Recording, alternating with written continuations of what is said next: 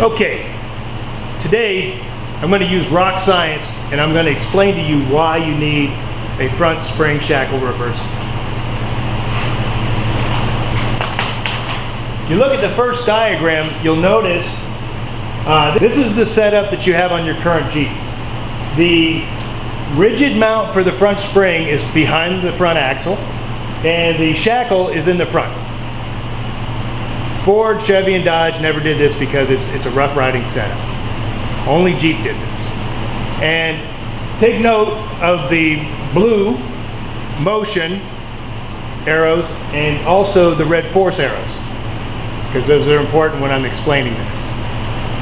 So if you look at it, this is your tire and wheel combination. This is your spring. This is the driver. The driver's not too happy.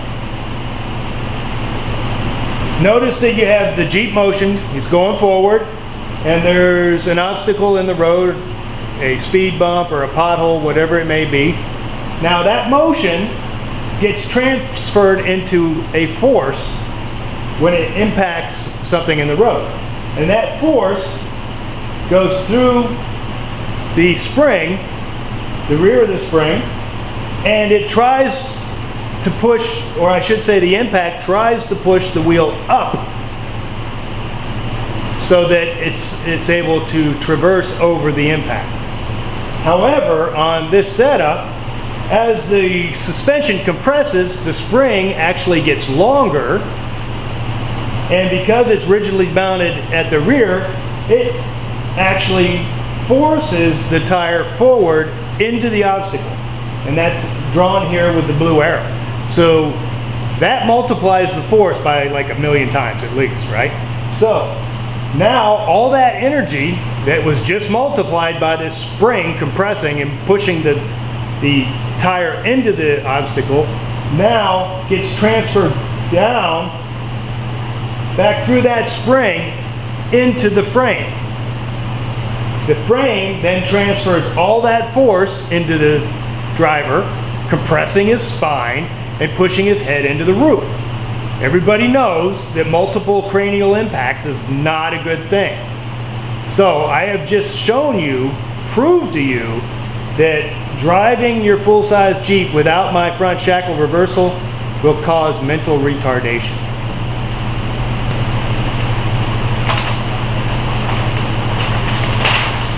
Now, if you look at the same vehicle with the permanent mount is now up front, the spring and shackle is at the rear, you still have the Jeep motion, you still have the impact in the road, the speed bump or whatever it may be. However, now that motion and force is moved forward to the rigid mount in the front. It's passed through the spring. Also notice the motion of the tire now is moving rearward away from the impact, which actually reduces the force that's being applied. And all the other force is being absorbed as it goes over this bump into the spring, and none of it gets transferred to the frame where the driver is. The driver looks really happy there. So if you need to justify this to your wife, all you have to do is convince her that the longer you drive your Jeep without the front shackle reversal, the dumber you're going to get.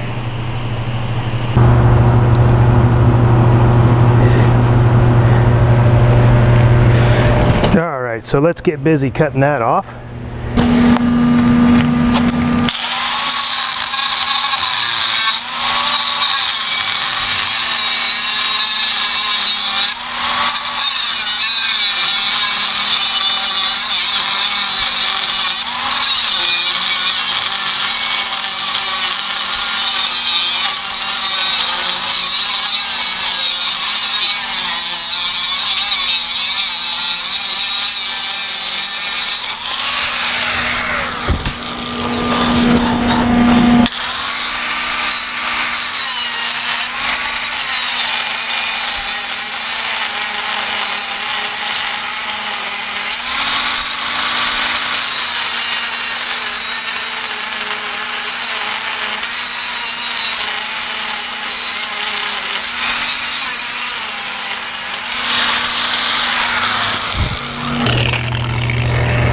Okay, so I've got a piece here. I'm going to show it to you in just a moment here. Get that piece out of the way. And the next tool that we're going to get, the next tool will be a grinding stone. And so we'll start grinding those rivets off. And I'm going to probably drop the audio out because it's going to take a little while.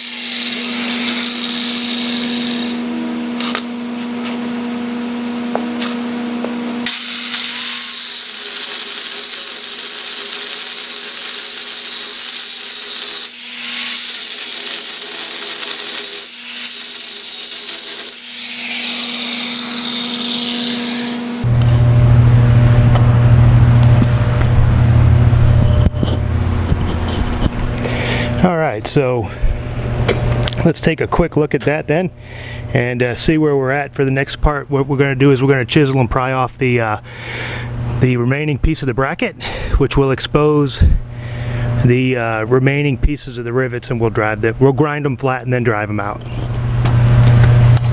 All right, I'm not sure if you can see this in the video or not. I'm trying to get the right angle, but there's a faint outline of the rivet that's in there. Okay, so as long as that's flush, there won't be a crown holding it on. All right, and let's look at the underneath. And the underneath is a little bit better. You can see the faint outline. And now what we'll do is we'll get a chisel underneath here and underneath here, pop these off. Now, Jeep did do a little bit of tack welding here, but that stuff comes off pretty easy. All right, so let me go ahead and get to work on that. What the fuck, say?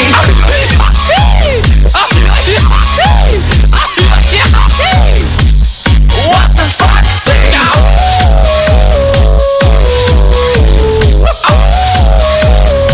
What does the fuck say? The secret of the fox, ancient mystery. Somewhere deep in the woods, I know you're hiding. What is your sound? Will we ever know? Will always be a mystery. What do you say?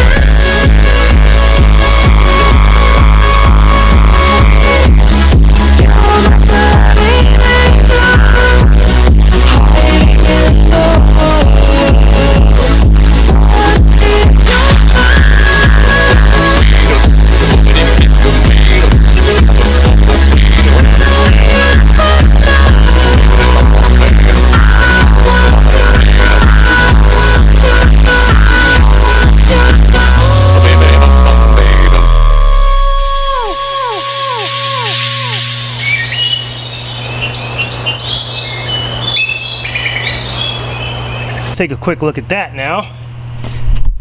This will be where you can see the studs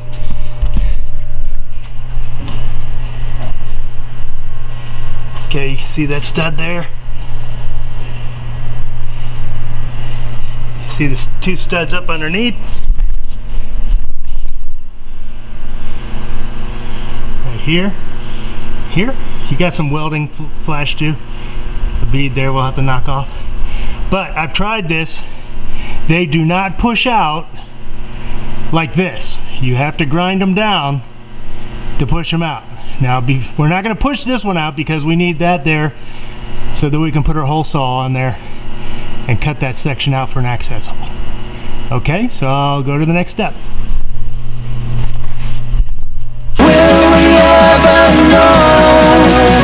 Will always be a mystery. What do you say?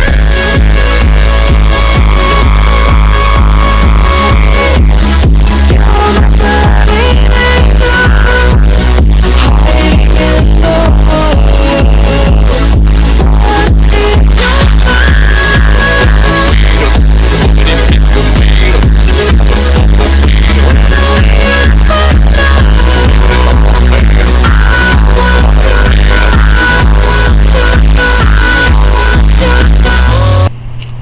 Alright, let's take another look.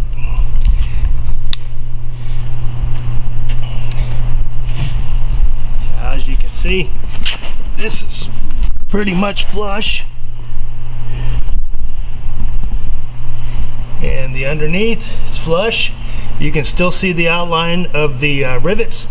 And so I'm going to manually drive those out and you can watch. what the fuck say? Happy, happy, happy ho. Happy, happy, happy ho. Happy, happy, happy ho. What the fuck say?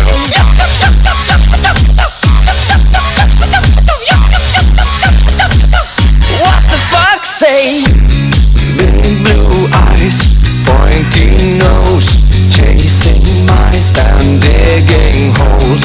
Tiny paws up the. Alright, so you can see where I marked this area here.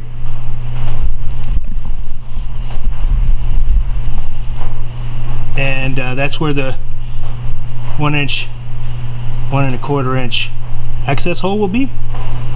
And then under here, those rivets just push right up. This one here, there's so much dirt in the frame that it won't go up any higher. So I'm going to have to flush this out with water, flush it back towards the rear. This one here popped out. And we want to open these up to 1 inch, or not 1 inch, I'm sorry, 1/2 inch, so that we don't have any problems fishing our bolts in there. Okay? And so I'll go ahead and get started on that and keep you updated.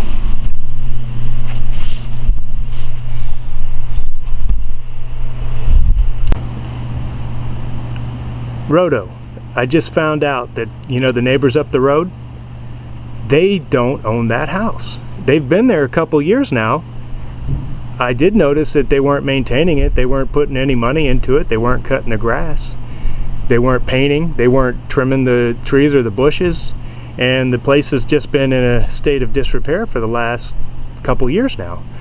Well, just last week, the original owner came in, and I was talking to him, and I said, hey, what's going on? And he says, did you know that there was a family that's not supposed to be here in my house? And I said, no, I didn't. I said, you should have told us, you know, before you left. We would have kept an eye on things.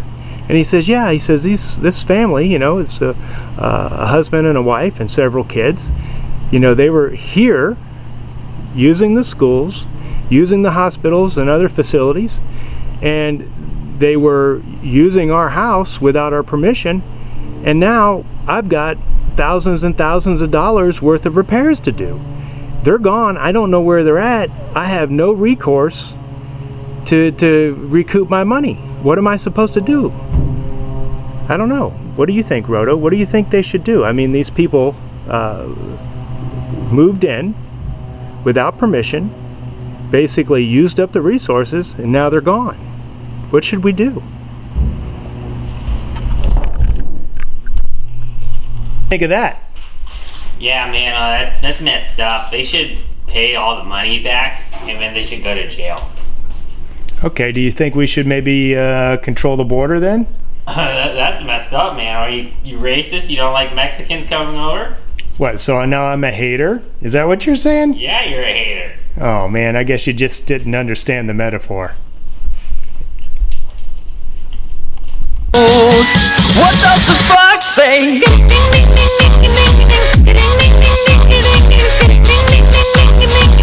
What the fox say?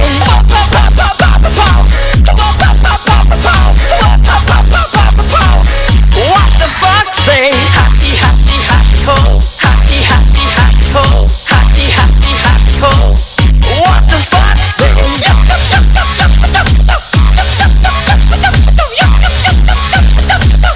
What the fox say?